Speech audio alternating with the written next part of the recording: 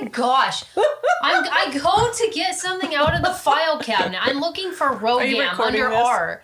Looking for ROGAM. And Right. I see Alphabetical. romantic getaways in the medical file, and I'm like, This podcast is intended for educational purposes only. For our full disclosure, visit nc-midwifery.com.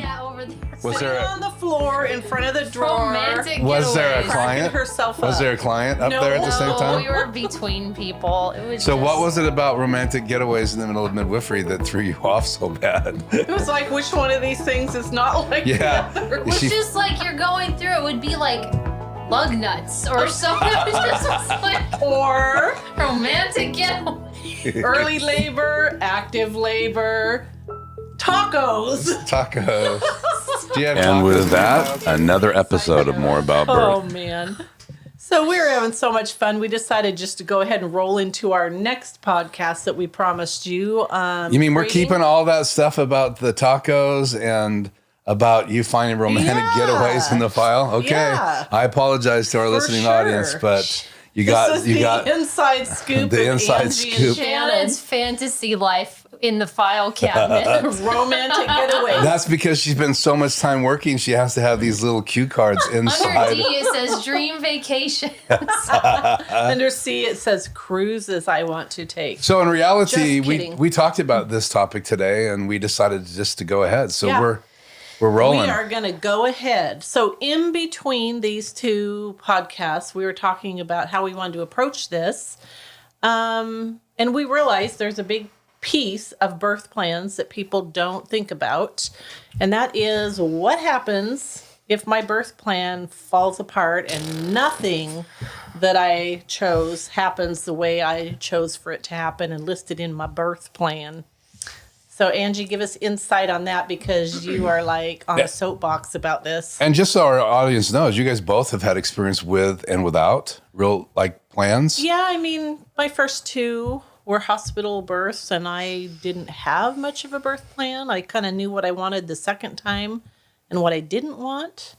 And in all fairness, you always have a plan going into your birth, but you guys had a written out Always plan. have a plan for everything. But you have a written out plan is what we're talking about here today. Yeah. Yeah. There's something about thinking it out, writing it out. So we're going to walk you through that. But Angie, you talked to us about why we have to wrap our head around the fact that it may not go the way we have it written on the paper.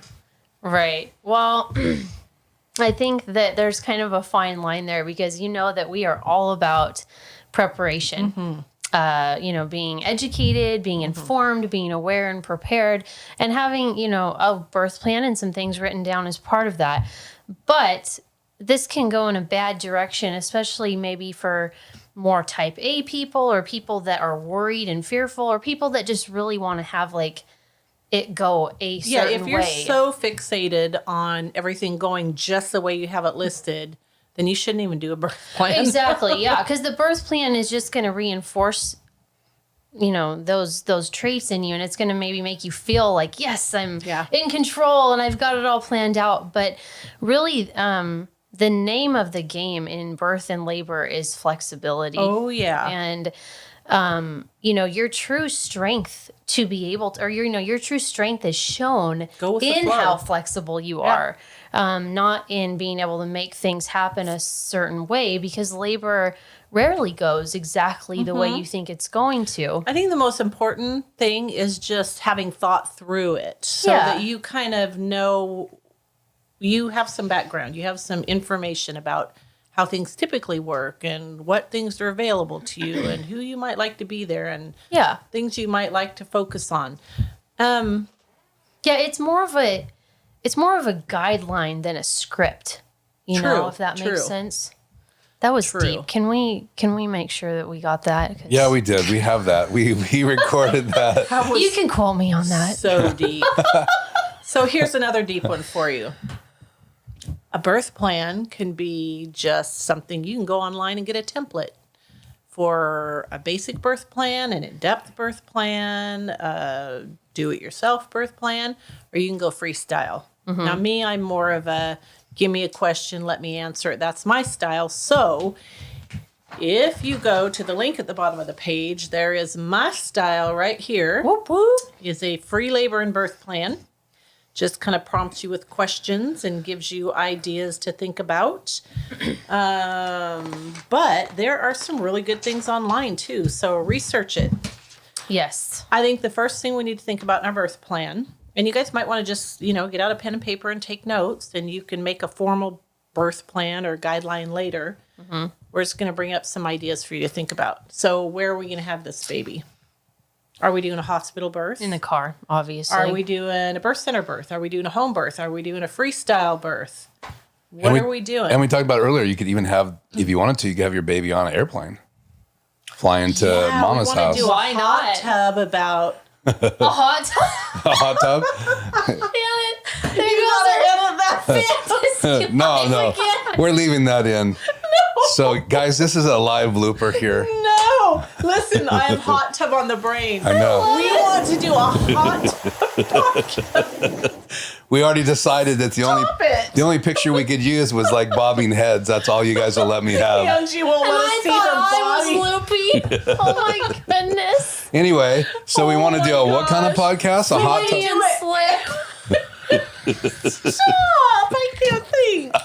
Want to do an airplane birth podcast. Now, I said it. Now, why would we want to do an airplane birth podcast? I have this fantasy of delivering a baby on an airplane. It's in the file. You need to get your feet back on solid ground, girl.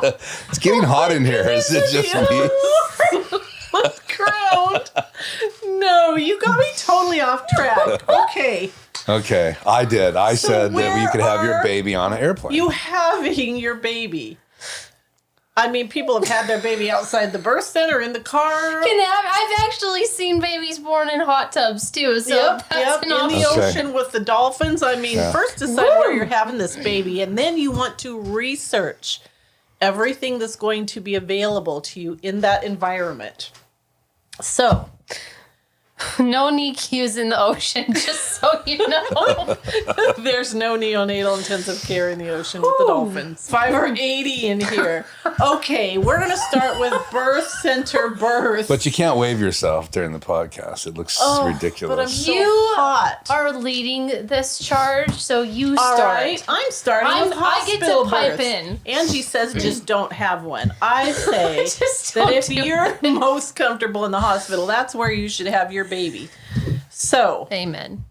if you're having your baby in the hospital or a birth center, so you want to do your research and you want to know what's available to you there. So some things that might be available would be like equipment. Do they have a fan that plugs in if you get hot? Do they have something to play music on if you don't have your phone with you? Do they have birth balls? Do they have peanut balls? Ice bags. Can they create an ice pack for you or a heat pack? Will you be able to eat and drink during labor? What options do you have for what's going to happen with baby at the birth? Can daddy cut the cord? Can he help deliver the baby with the doctor? Does your baby stay with you? What if your baby has to go to the nursery? Can daddy go with the baby? There's a billion things to think about. So that would be some research you would want to do. What about vitamin K eye ointment and Hep B shots at the hospital? What kind of monitoring do they offer? Do they have a cordless monitor that you can walk around and be active with? Or do you need to be in bed with the monitor? Can you sit on the birth ball with the monitor? So in reality, if you go to a hospital, and some people are listening have already had hospital births and wouldn't even think about having a home birth. Yeah.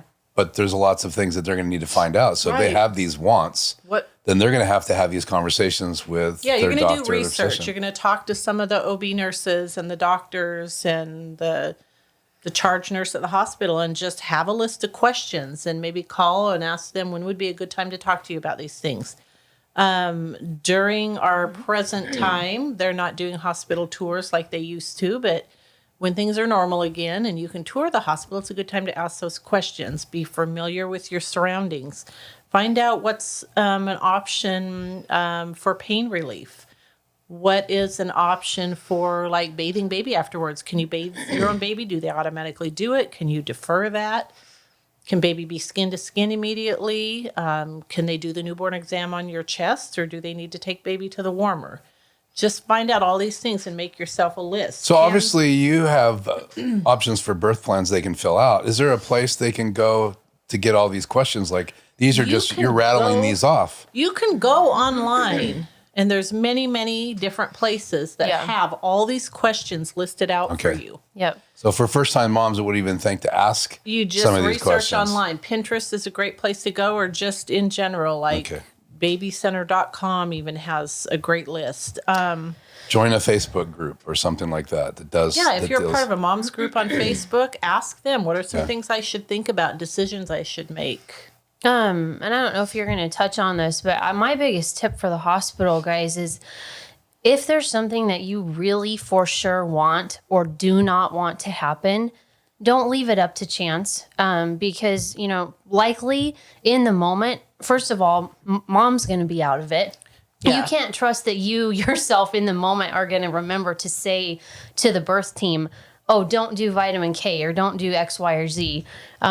And then the other thing, so write it down. Someone. Write it down. And if you or dad are not the personality type that's going to be very assertive in those moments, have a doula or have somebody that's there just to take care of you and make sure that what you want to happen happens. Yes. And that touches on something that, I think back now, Shannon, to our children being born. And, I think there's a lot of things that you wanted that you felt strongly about, but I don't know that I remember a lot of those details. So sharing it with your spouse or your significant other person that's going to be at the birth or your doula, your designated advocate. Because Angie, when we were off camera, you were talking about your stories, and it sounds like at one point you had everybody there knew what you wanted, and you had more of what you wanted there. Yeah. Because your support group knew that. I don't know that I had.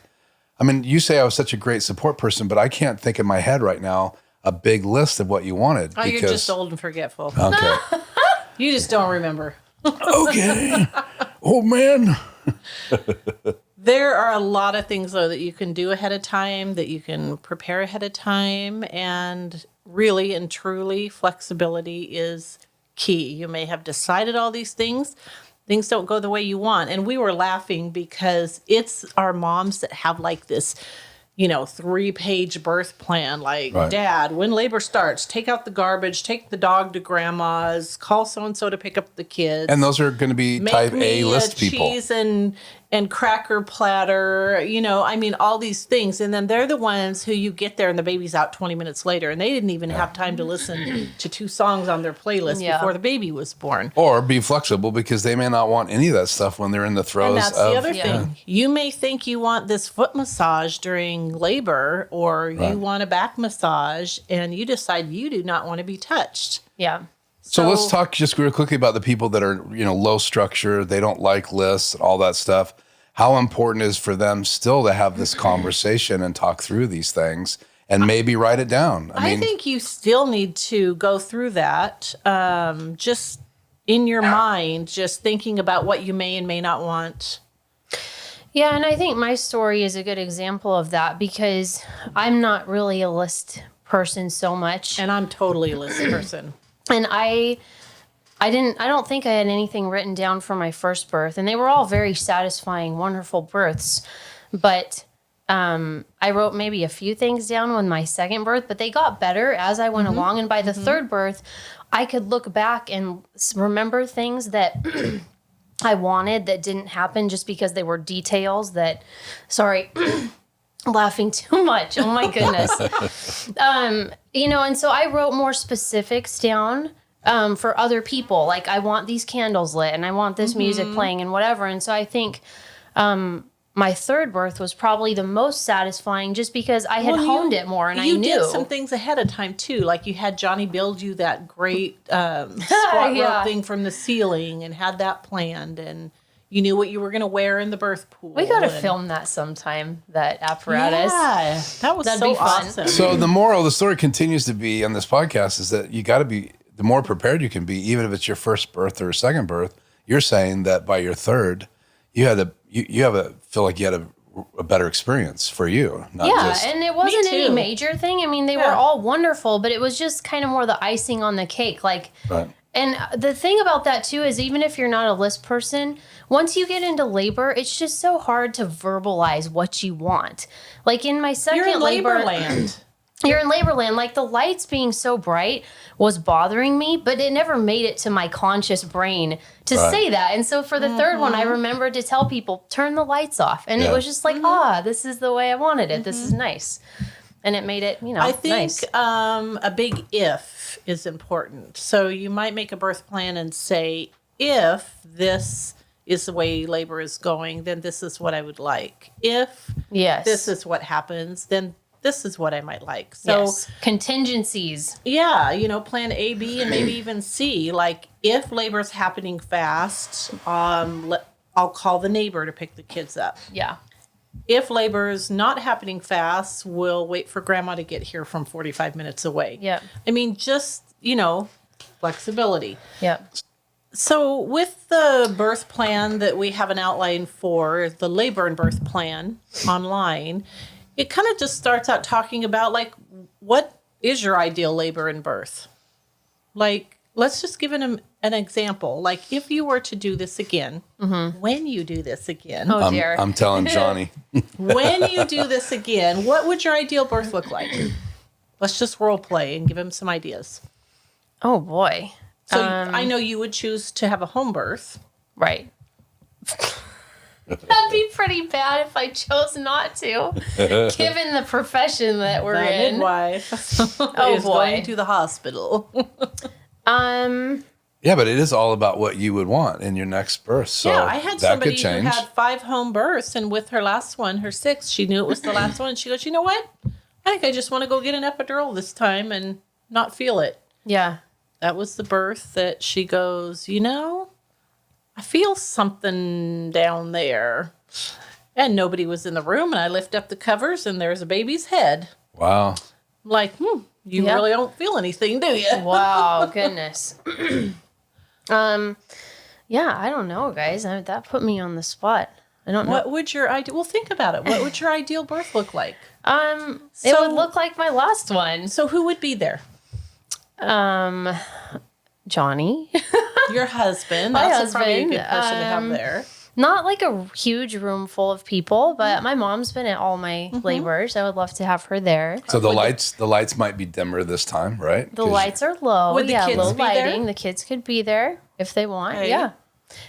You gonna let me come? Shannon would catch the baby. The thing that always helps me is having all my little birth affirmation cards and birth cue cards, especially for pushing, because it is so intense. And I have freaked out less with each birth. I'm hoping that trend continues if I ever have another one.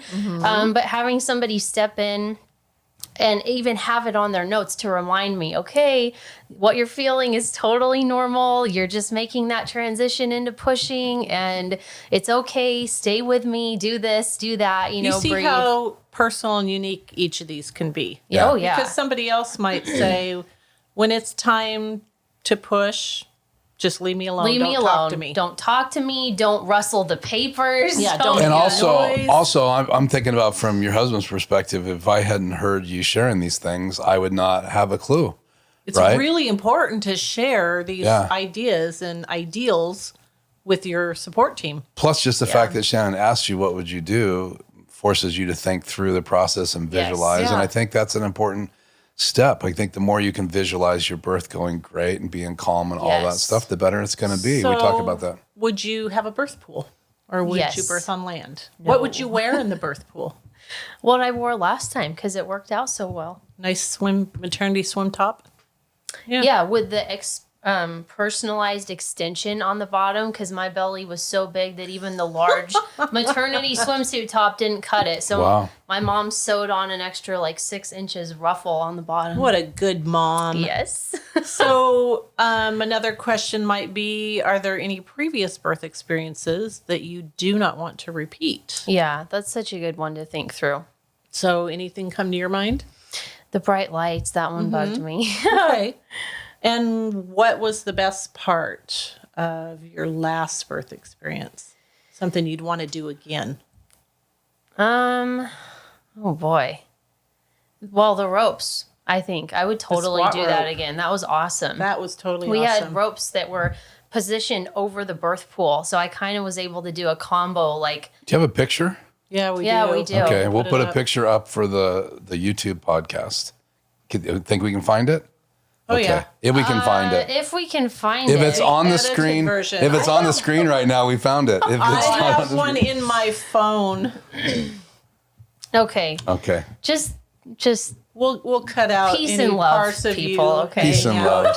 But it sounds like such a cool. So you had It that was so over the cool. birth pool. yeah, it was So you- perfect because it was like I could kind of transition to laboring, not in the water to laboring in the water just super smoothly and, And you easily. even sat on the edge of the birth pool at one point. Yeah, I hanging really. onto the rope. It was kind So- of interesting because I had a water birth, but I really didn't You didn't labor that labor much in the water much in the water. Yeah. I got down in the water really to push. So Yeah, it was. But it a was perfect great. example, you could never have had that if you hadn't prepared ahead of time. Oh, it was a lot of preparation. Yeah. It's awesome.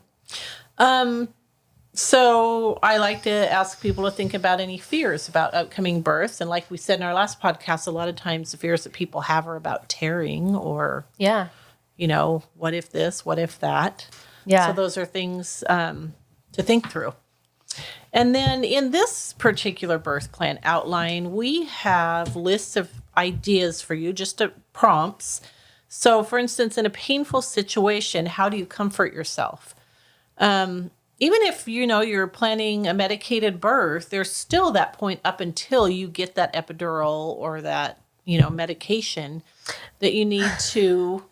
Yes. And sometimes Or- it goes fast and Yeah. You don't even Sometimes get you it. don't get the epidural, or sometimes they don't work. so you so need be to have prepared. a plan. Yeah. So we've got a list here. So Angie, how would you comfort yourself if you weren't feeling well or you're in pain? Do you like to distract yourself? No, I tend to go inward more and get quiet. And Do you like people to be around you? Yeah, I like people to be calm and around me, not making them Okay. being So distracting. you kind but- of like to stay quiet and do relaxing things. Yeah. Do you tend to make noise when you're in labor? Yeah, I do. Yeah. How about Would you like an example? Go No. for it. Oh, have we told this story before? Probably. It was so funny because at one point I was saying, ow. And I thought in my head as I'm saying it, I can't say ow. That sounds wimpy. And so then I changed it midway and it came out out. Out. So instead of ow, it was works. out, which is like maybe a little less wimpy. I don't know. Yeah. More productive. Hey, you were just telling that baby, come on, out. Get out, baby. Out. And the baby's going, okay, I'm coming. So you did a water birth, so clearly you like to comfort yourself with a warm bath. Oh, yeah. Anything else you can think of that is kind of your thing? Having like a ritual, like a little rhythm or ritual. Yeah, where it's like, contraction starts to come and you do this, whatever it is. Afterwards, you take a sip of something, keeps you hydrated and nourished. So And you take a deep breath and relax. yeah, little rituals. Yeah, I know with me, I really liked the room cold. I liked the warm pool, but I wanted the room cold. When I was in the hospital, I liked to move during a contraction, and I wanted Keith to be touching me during a contraction. So, yeah. When you're feeling out of control or you're getting anxious about something, these are some ways you can calm yourself. Does deep breathing work for you? Yeah, it helps. I think the reassurance is huge from other people. And I think, again, my little cue cards, like reminders of, this is normal. This sensation is normal. Because bodily sensations that you just don't feel on a daily basis can be so strong and They kind of powerful. throw you for a loop. They do. They can almost take over. And so just, using your mind as a powerful tool to like navigate or, redirect your thinking is just helpful. So Even if you have pain relief during your labor, you've got an epidural, or you have medication on board, sometimes anxiety sets in. Like you can't numb anxiety with an epidural or yes. medication. Right. So you need to think about some of these things too to relieve your anxiety. Well, isn't it true that some people, when they're having those moments or anxiety or things are like Angie describing, where things are feel like out of control or new. Some people just need encouragement. It's normal, rather than a bunch of questions about what do you want? What can I do for you? And that could add more anxiety. So annoying to me. With my last labor, the assistant kept saying, do you want me to take your glasses? Do you want a cold washcloth? Do you? And I was like, quit asking me. Yeah. So having someone interrupting my rhythm. So having someone there that knows exactly how to coach you at that moment is going to be crucial. Well, and you know, just do it. Just put a cold washcloth on Mama's head, and if she doesn't want it, she'll push it away. Right. Yeah, if she wants her glasses off, trust me, she'll take them off. Yeah, that's something that they tell birth partners, you know, or birth attendants is don't ask mom questions that are going to make her use her thinking brain or her forward brain. You know, because she needs the other part right now. You can ask feeling questions or questions that, you know, tap into more of that primal part of your brain, but you don't want to ask like detailed questions. The general rule is when you're in the middle of a contraction, don't ask him anything. No, yeah, don't ask anything. Yeah. Don't ask him anything. Interesting. And you don't ever have to worry about a laboring mom telling you what she does or doesn't want. I promise you, she will let you know if you're doing something that irritates her or if she needs something. It's God's way of letting them be confronting.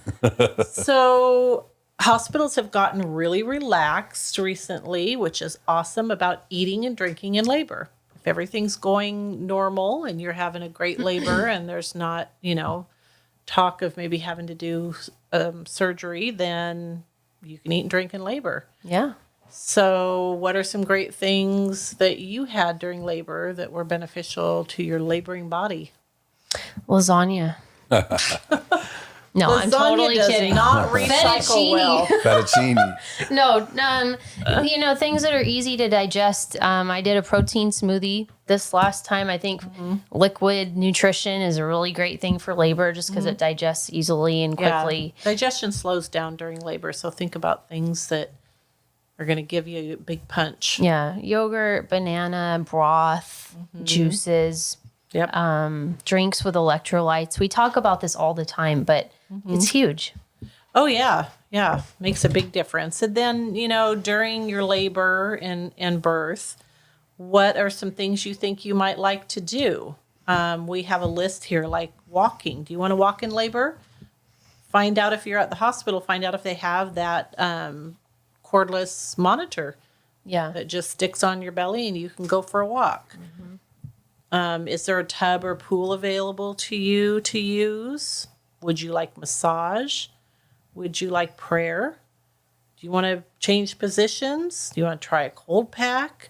What about essential oils? Obviously, at home, you can use essential oils and candles and things. There might be rules at the hospital or a birth center about what you can and can't use. Yeah. Do you want to rock in a rocking chair? Is there one available? Can you borrow one from someone to have at home with you if you don't own one? Do you want someone to help you with deep focus or visualization? You mentioned that you really liked encouragement and reassurance. One of the things I remember from our first ever experience was having a picture on the wall that you could focus on. A focal point. A focal point. I just remember that. You know, I shared in the last podcast that I can't remember. Or maybe it was this podcast that's old age showing. It was this podcast. It was this podcast. Sorry, guys.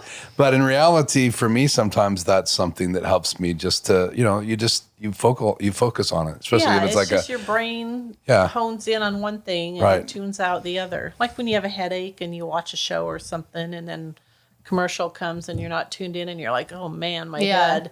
Yeah. You know?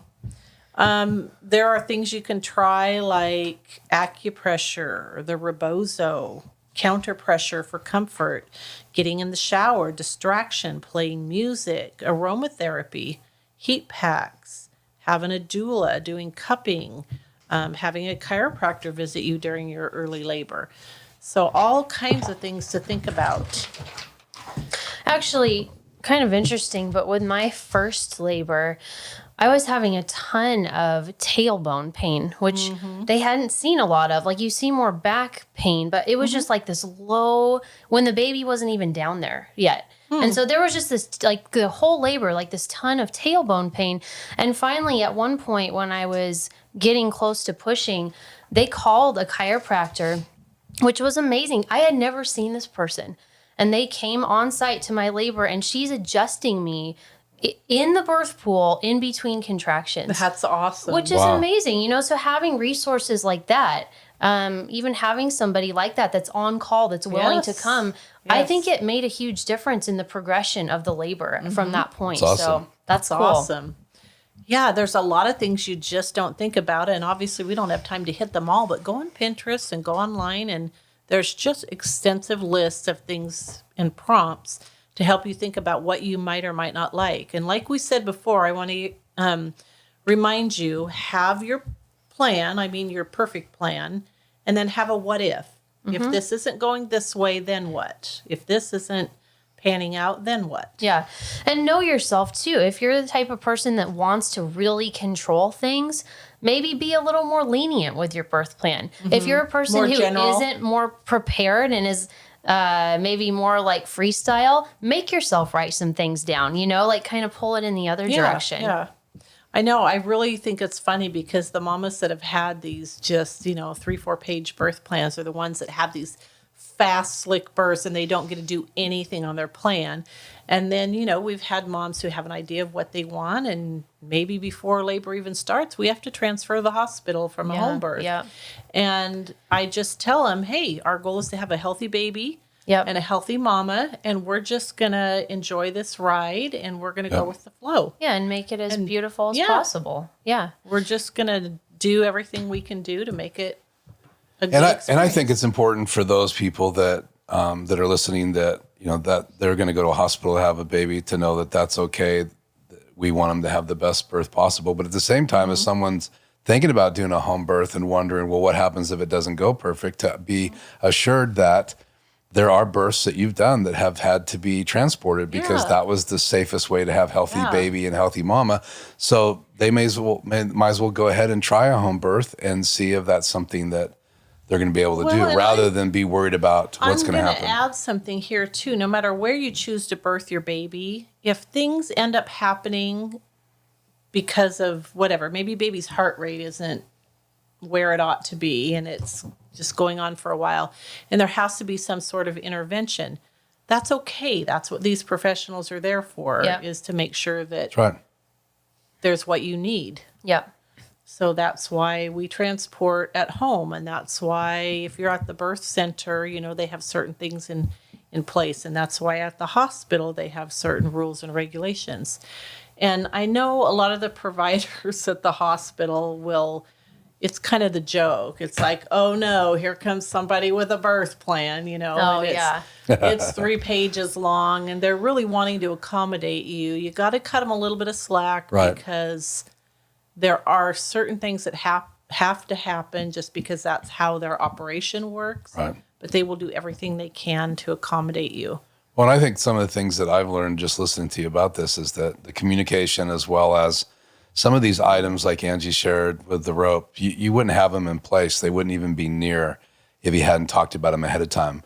Okay, so you don't use half of them or any of them, but that tool is there. But it's there if you want it. Yeah, and that's a good point, because what I wanted to say earlier when you were talking about like different scenarios or different ways that labor plays out, there's also the one that mom's had 3 births before that just went bam, bam, bam. She's got nothing prepared because her births are slick as butter. Yeah, and all of a sudden we have a 14-hour labor and there's nothing prepared. There's no, snacks. There aren't any plans of like labor activities. Tools, There's just nothing ready. And then you're like, what do we do for 14 hours? Yeah. So be having prepared. the things, even if you don't end up using them. Yeah. So another big question you need to think about is, how can your support team help you? How can your partner help you? Your doula, your midwife, your doctor, the nurses, how can they help you? What is it you need from them that is within their power to do? Right. And, you can write down, remind me this, remind me that. I really need encouraged. Or when it's time to push, can I try pushing on my hands and knees? Whatever it is, you have to inform them. And so you want to make sure you have the right team around you. Well, and, the old saying that a little bit of honey goes a lot farther than vinegar. So anytime that you have special requests for your birth, rather than come at it with this list and say, here's my birth list. I don't want this and I don't want that and I don't want this and don't you ask me about this and don't try in this or that. Come at it with a little bit of honey and say, I have these ideas that I would really like to implement if it's possible. Do you think you could help me with these Awesome. or let me know? So it's about the delivery too. That's going to go. Spoonful of sugar Helps makes the the medicine go down. Wow, 2 songs in one podcast. know, That's like a special record. It's a special record. So can you think of anything else that we Yes. need to let them know? Yeah, the thing I wanted to say was I love this quote from the book Birthing from Within. And she says that worry is the work of labor. So she's talking about prenatally, working through your fears and your worries, because I think sometimes we have the tendency to like, if we push away our worries and not focus on them, then they'll just disappear or You like stuff them. yeah, or it's like if I feed this thing, maybe it will grow. But actually, she finds just the opposite that it's the people that actually look their worries square in the face and talk through them and maybe make contingency plans for those things happening that So for actually instance, do better. if I'm at the birth center and baby's not happy and we have to transfer, I'm worried about that. Yeah. So think it through and have a contingency plan. Yeah, think it through. Think about all the ways that, first of all, that you can prevent that from happening. Do the work. Do Right. the hard work ahead of time of making those plans. And then at the end of it, yeah, have the contingency plan. If this happens with this thing that I don't want to happen, Right. how will I respond in the moment? But, you know, a lot of times your worries will actually lead you down the paths of preparation that will actually avoid Right. those scenarios altogether because you prepared. So So what you're saying is that there's a right way and a wrong way to respond to worry. And I think Yeah. it does. It Yeah. does. Worry typically helps you be better prepared. yeah. So being prepared doesn't necessarily mean having a list and everything's laid out, but it No. means that you have worked through scenarios, you've worked through worries, you've worked through Right. ideas. Yeah, you've prepared. You've prepared. Yeah, and that doesn't. So That's so much more than just writing a list on paper Right. and saying it's going to Right. go this way. No, this is like body work, nutrition work, heart work, mind work. This is stuff that happens off paper yes. that actually goes into making the plan happen the way So you'd it like would it be to. true to say that a labor and birth plan isn't necessarily a piece of paper with words on it. Yeah, exactly.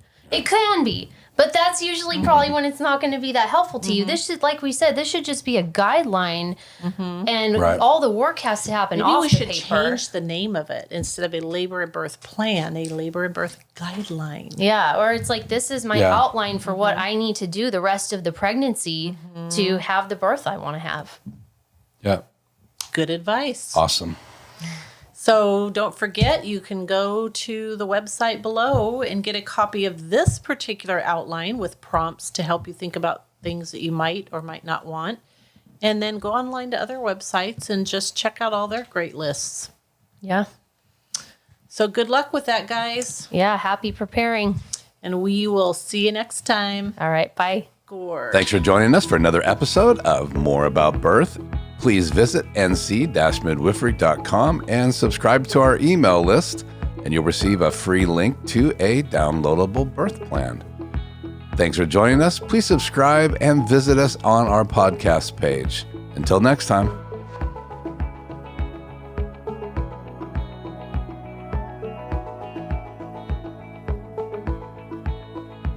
This podcast is intended for educational purposes only. For our full disclosure, visit us at nc-midwifery.com and our podcast page.